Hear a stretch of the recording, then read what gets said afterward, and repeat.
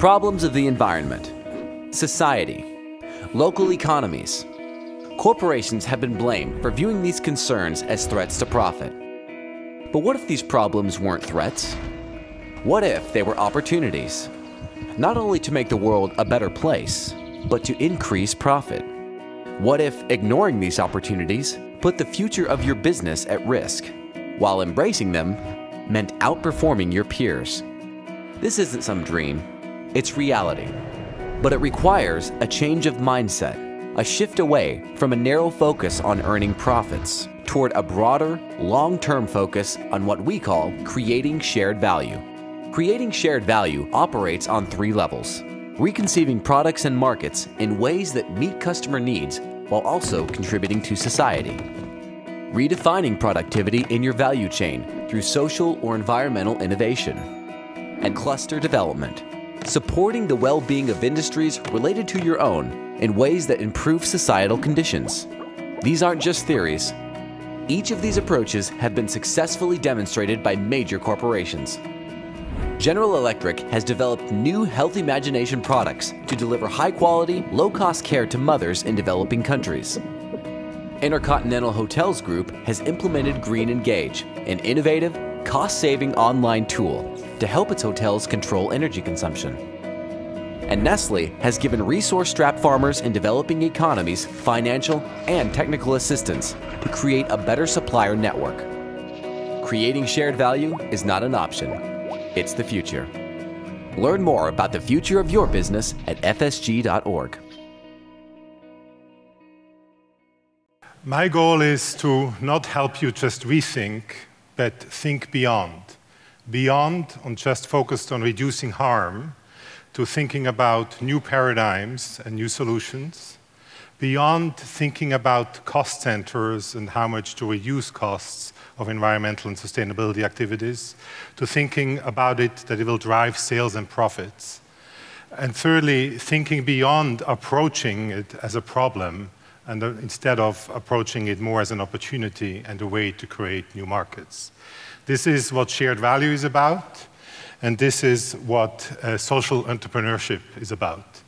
These are both emerging areas, so today this is going to be more a conversation, a discovery that we're doing together to figure out how those new emerging practices could help you to go further, go beyond on the quite amazing things you're already doing and not just scaling. And second, it also picks up on a lot of the things that have already been shared this morning, both from Jérôme and from Ron, because they are already themselves in that journey of going from corporate social responsibility to shared value. So let's start with why. Why should you care? Why do we have to move beyond? My premise is that what we are currently doing in corporate social responsibility is good, but it's not sufficient. And it's not sufficient for three reasons. It's not sufficient to solve the limits we have on our planet. We need to shift to planetary thinking from environmental thinking, because frankly, environmental thinking always tends to be done at the country level, and the problem is actually not at a country, it doesn't know the borders, it's at the planetary level. And we now know the limits. It's 800 gigatons for carbon, and at our current rate, even with all the social responsibility, we're going to hit that limit in 2030. So the current solutions and our current approaches are not getting us to meet the limits for our planet. Second, there are huge new markets. There are going to be, estimates are between 2 to 3 billion people that are going to join the middle class between now and 2030 to 2050. And as you know, the total population is most likely going to go to 9 billion. This has a good news and a bad news aspect. The good news is a lot of new markets. Here it's for apartments, but obviously they also consume other things when they're in the apartments. The bad news is that if that middle class is going to develop like we have and to get the solutions and buy the solutions that we have bought, and the US obviously being the worst example, then we are definitely going to shoot off the limits from the planet. So that's not going to work. So we need new solutions to make that work. And we also need new solutions, frankly, because while it is a huge growth in the middle class, it's not quite at the same level of disposable income as we have seen in the West. And then the third one is even closer to home. If you as an organization, as a business, want to succeed in the future and want to get the best talent, you also need to move beyond sufficient to being good. And that is the millennials. This is US data, but I'm not sure it's that different in Israel. The new generation is much more focused both on purpose for themselves, so they want to, their work they're doing has to have purpose, probably part of the driver of the startup nation here in Israel and the huge level of entrepreneurship. But they also consider, have kind of shifted from thinking that government is responsible for, or most likely, to solve our big problems, to actually believe it's the role of business.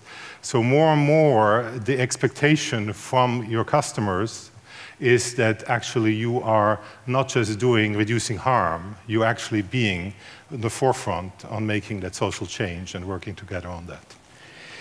So those are the three reasons and why, and I want to talk a little bit about how does it fit into the journey.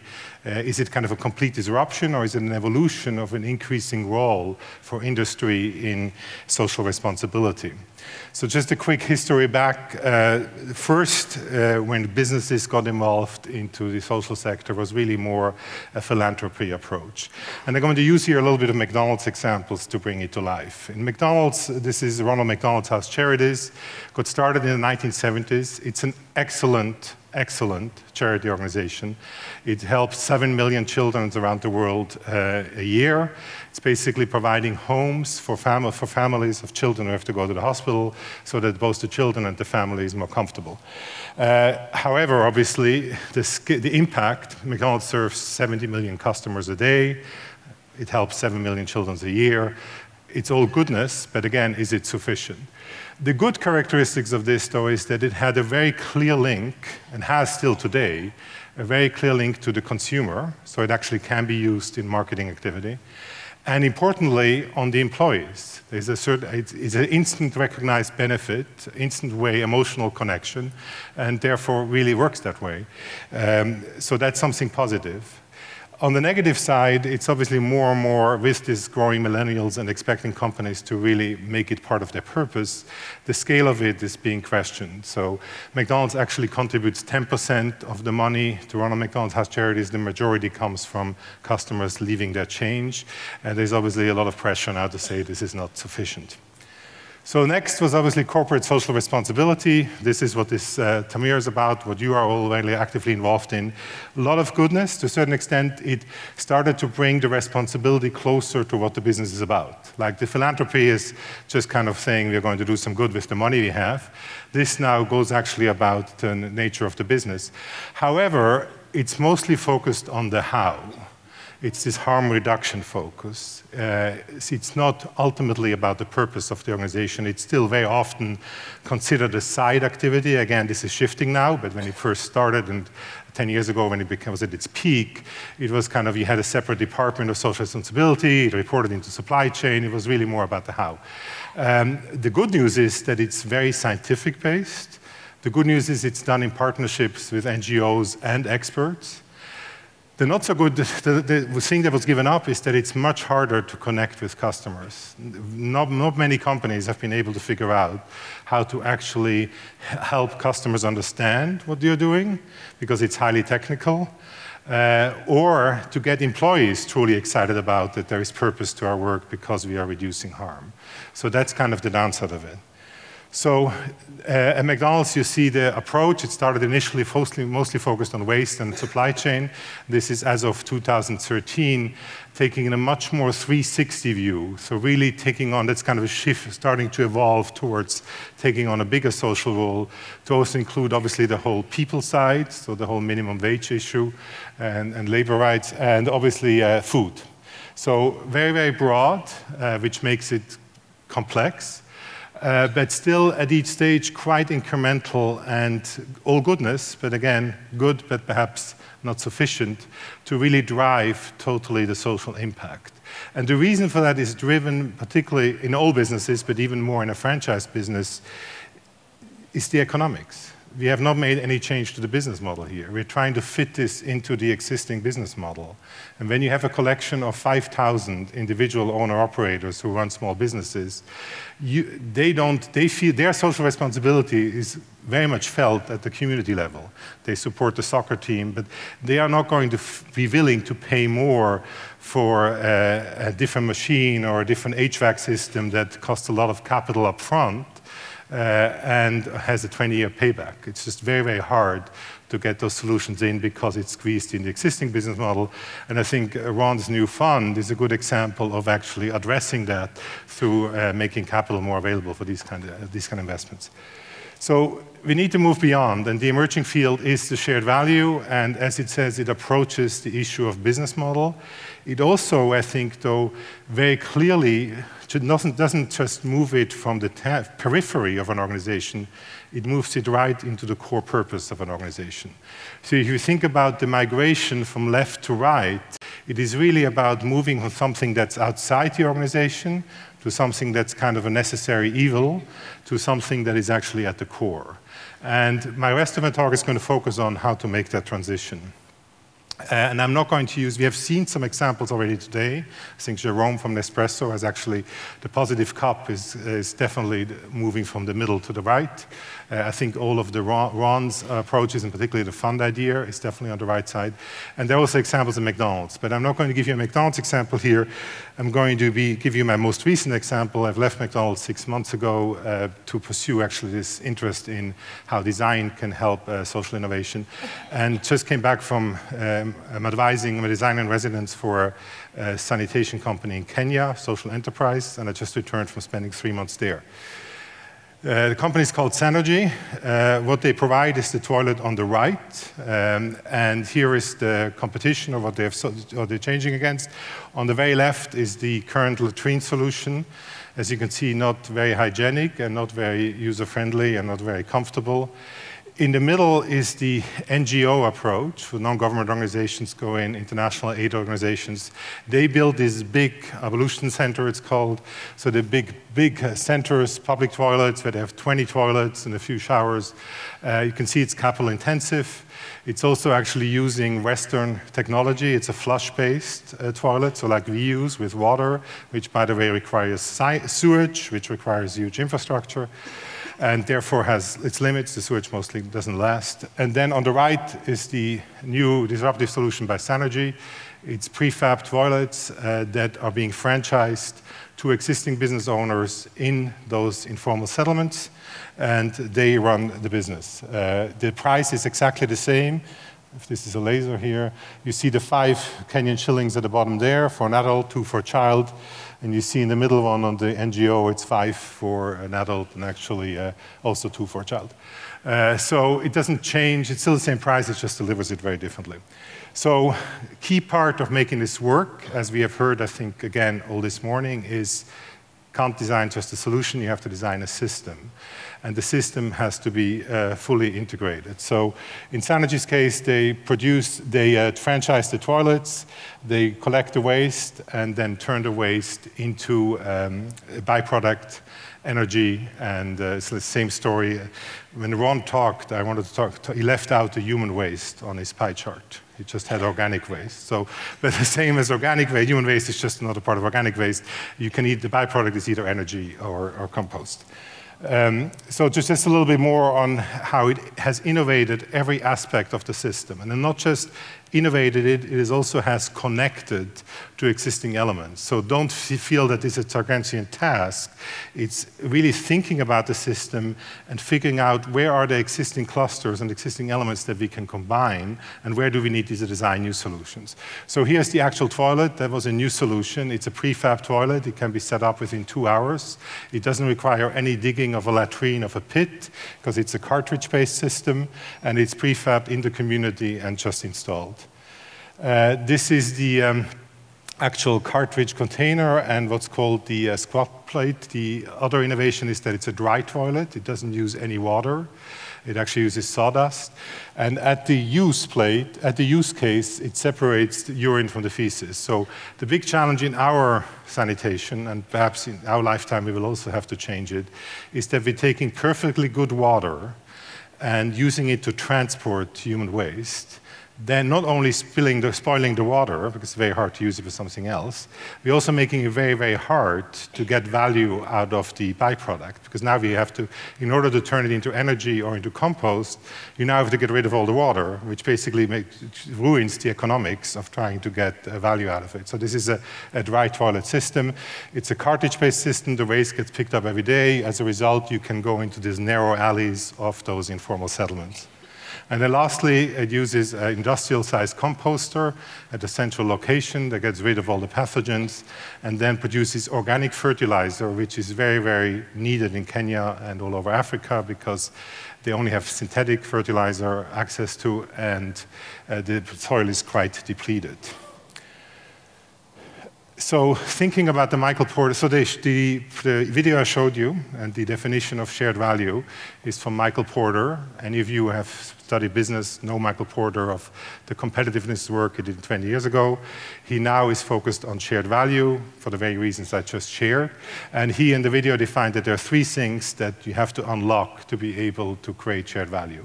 First, you have to create new products and new markets. The new product, I would say, is the compost from human waste, so using byproducts from human waste by using technology that gets rid of all the pathogen.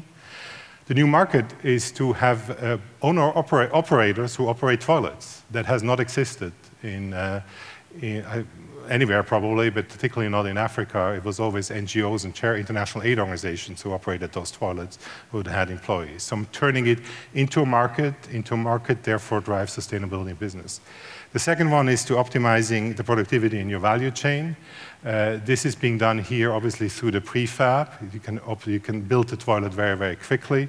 It's done by not having a flush toilet, so you don't have to then get rid of the water again, therefore save a lot of energy. And then lastly, doing it in clusters, so that you can really integrate it into a system and integrate it into the community. So to a certain extent, Sanergy, the company actually is not a toilet company. It's not a sanitation company. They are a waste management company. So they actually started from the byproduct, and they're looking at human waste as being the raw material, the feedstock to help their business. And in their business structure, social enterprises often have hybrid business models. The for-profit company is the waste management company. The Fresh Life, the ones that operate the toilets, is actually a not-for-profit because it's very, very hard to make money out of that. So that's enough about toilets and sanitation. Actually, a little bit more, I want to share the results. So the company has been founded 3 years ago at the World's Toilet Day. It is scaled, it has now over 26,000 users. It doubles every year. It has 190 employees. 94% of them are Kenyans. Half of them actually are from the community. They live in the settlements. So it is by far by now the biggest scaled solution of sanitation. Toilet of the millennium, I don't know how familiar you are with the Millennium Goals for the United Nations. In 1990, the United Nations set 7 millennial goals for 2015. And the only goal that's not being met is toilets. They wanted to move from 50% of the world in 1990 having access to toilets or latrines to 75%, and we're currently only at 60%, and that's again because of the infrastructure. So till today, there are 2.5 billion people in the world who do not have access to any latrines or toilets. And think about it, not from one hand, how horrible that is and how bad, how a health impact, but on the other hand, think about the size of the market. So here you have a business with 26,000 users today, but the potential is obviously much, much bigger. So now to bring it back to you. Thinking about rethinking, thinking about thinking beyond, how can you start thinking differently to move from the middle to the right? To move away from just thinking about harm reduction, to really think about new solutions, moving away from thinking about costs and dealing with costs and getting frustrated with costs, to actually think about how to drive sales and profits, and to stop thinking about it as approaching it when you get up in the morning about the problem, approach it much more as an opportunity and therefore opening up your thinking and be a happier person. I think there are three things. And being a designer, I obviously start with design. So the first thing is to actually use design and elevate the way you use design to create new markets. Today, and Michal is going to talk later from Bezalel. 2 years ago, I took a sabbatical from McDonald's and I taught a semester at Bezalel in the Masters in Product Design. And what struck me about, and I used the opportunity to kind of analyze and understand a little bit the use of design in Israel. And what struck me for a country that is known as the startup nation, creates incredible new value everywhere, is how little design is being used in a strategic way. Design here is still mostly being used at the end of the process to kind of make a website, to design the form of a product. And the whole movement of design thinking, of actually using design methods to create new value and help you be better at innovation, as well as the idea of human-centered design, of really understanding the user and starting with the user needs, is not very broadly practiced in Israel. Missed opportunity. I think the opportunity is now for all of you in this space to start using this, because how you can make that shift away, how you can think bigger, is to start with the user, not start with the problem you have on hands. Last month in September, there was an article in the New York Times about that, not just around the world. There is the golden age of design. There is a shift happening where designers are not kind of the adding value part, but are really the ones that drive value. And this is interestingly happening in Silicon Valley as well as in Africa. So you have social design and you have venture capital design. One is about making most money possible. The other one is making most impact possible. You would think they're in conflict, but actually they use design in very, very similar ways. An example from the for-profit world, these are 3 very high-valued startups that were created by designers. So the entrepreneurs were designers. And the premise in general in this article, and myself as well, is if we had been engineers or business people, they would not have been able to create this value. Airbnb is about creating a completely new market with many, many stakeholders, overcoming many, many issues to understand how can I trust the landlord, how can the landlord trust the tenant, how do we connect them. And I think trying to do this online with absolutely no interaction with a person, no guarantee from anybody. Airbnb takes on no responsibility. How do you do that somebody feels comfortable enough either renting out their home or somebody renting a home or renting a room? Let's not say that if you get the whole home, you just get the room where somebody else lives there. How do you make somebody comfortable to do that? I think it's through the design of the website and their user-centeredness. They started with the user, they understood it, and they designed it from the beginning. They are currently valued at $10 billion. Jawbone, the most familiar is, started about 4 or 5 years ago with the wireless Bluetooth speaker. They were the first that really went into wearable technology.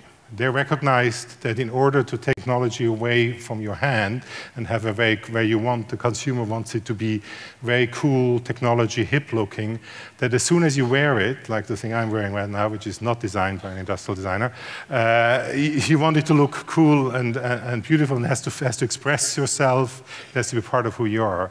They actually wasn't founded by a designer, but they engaged Yves Behar of Infuse Project, who is also the designer who did the new SodaStream, the most beautiful SodaStream version.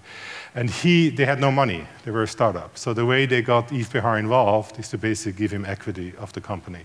And then lastly, Nest, which is all about Internet of Things and the connected home. They started with the thermostat.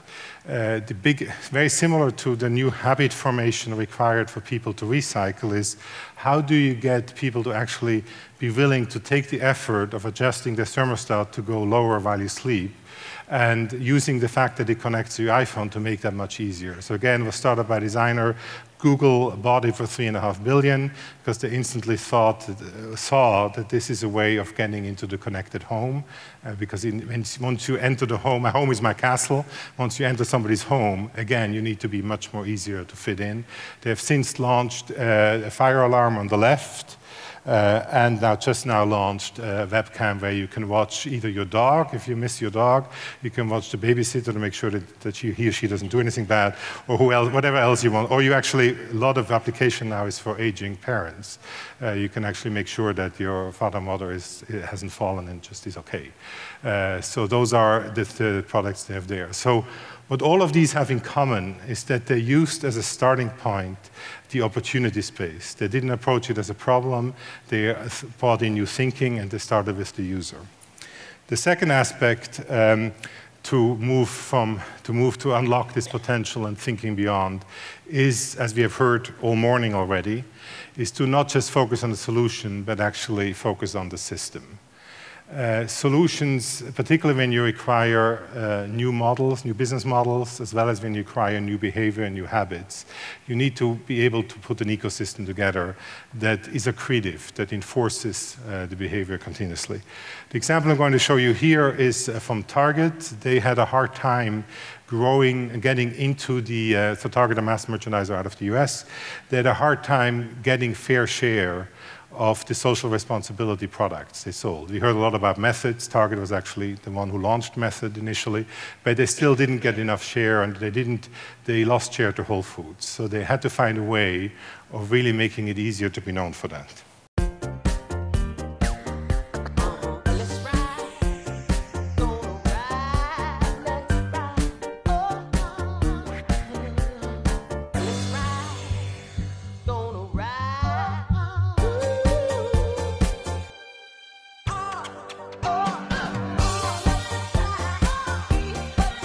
Introducing Made to Matter, handpicked by Target. Exclusive innovations from brands that truly care about how things are made, only at Target. So it's a system. As you can see here, it goes across all product categories. It has new ways of merchandising, and they basically get exclusivity for new products from these manufacturers for 6 months, and they can able to do it together. It's driven by the fact that you get more prominence and you can make it easier for the user to do habit formation. The way they did it is also very interesting. They actually got those 17 companies together. Some of them are actually our competitors. They got them into a room and said, we are not breaking through with your products. We're not selling enough. We're not getting a fair share. We're not selling as much as we should. Let's figure out together how we can make this work. And that's how I think how they were able to get the exclusivity rights and really create these partnerships to make it happen. The last one is about broadening your thinking or thinking bigger about who you involve, who is the author. We think with open innovation, everybody has moved a little bit to becoming more open, but it's still difficult. And I think in this case here, particularly, the harder the problem, we need to create and open more with the community, with the resources. This is one of the key premises of social enterprises. So I talked about Michael Porter. The other key driver is John Strayton from Ashoka, who came up on his own way through social enterprise and has had a very successful fellow sponsorship program to drive social enterprise approach throughout the world. And his view on social enterprises and how you can get there is that you need, first of all, a real focus on empathy. So start with the user. But second, to use hybrid value chains and hybrid business models.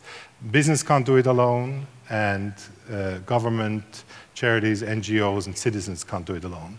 Because by the way, both of it, businesses, we tend to forget that, but enterprise or firm is a social construct. I mean, society created companies, limited liability companies, because it served a societal purpose. And the purpose was the best way, using market forces as the best way to drive the most efficient organizations of us humans to solve problems and deliver services. On the citizen sector side, be that non-profits, which is also a social construct, you don't have to pay tax, we agreed all to that, is to kind of be the representative of the community, understand the community better, have those insights, start do all that work. So in order to solve them, you have to work together and get them together to solve the big problems. Here is how Coca-Cola is starting to do that. Coca-Cola Founders is a new model for creating startups. Our goal is creating a win-win for everyone. We're selecting teams of experienced entrepreneurs around the world and giving them access to the power of Coca-Cola to create new startups while we grow our business too. We've actually been doing this since the first mobility boom 100 years ago. New technologies help people become much more mobile, creating new markets and new opportunities. We partnered with entrepreneurs to help them grow their businesses, and they helped us build the foundation of our global enterprise. The power of Coca-Cola plus the power of co-founders is a win-win. Today's explosion in mobility continues to open up new technologies and new markets, and the opportunity to solve even bigger problems. We're partnering with entrepreneurs again like only Coca-Cola can do. First, we connect the team with an internal advisor, and together they explore some of Coca-Cola's biggest challenges. We immerse them in our assets, then they build new businesses that not only solve Coca-Cola's challenges, but also create big impact beyond Coca-Cola. We believe giving rockstar entrepreneurs a strategic partner from day one gives them a huge advantage.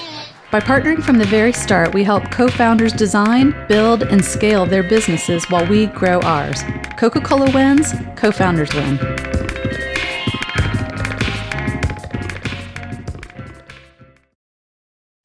At the foundation of this, as well as I think of the target example, is the recognition that to solve today's big problems, we need two things.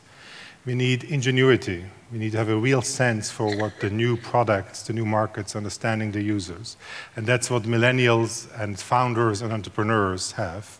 And we need scale, because in order, we don't have time.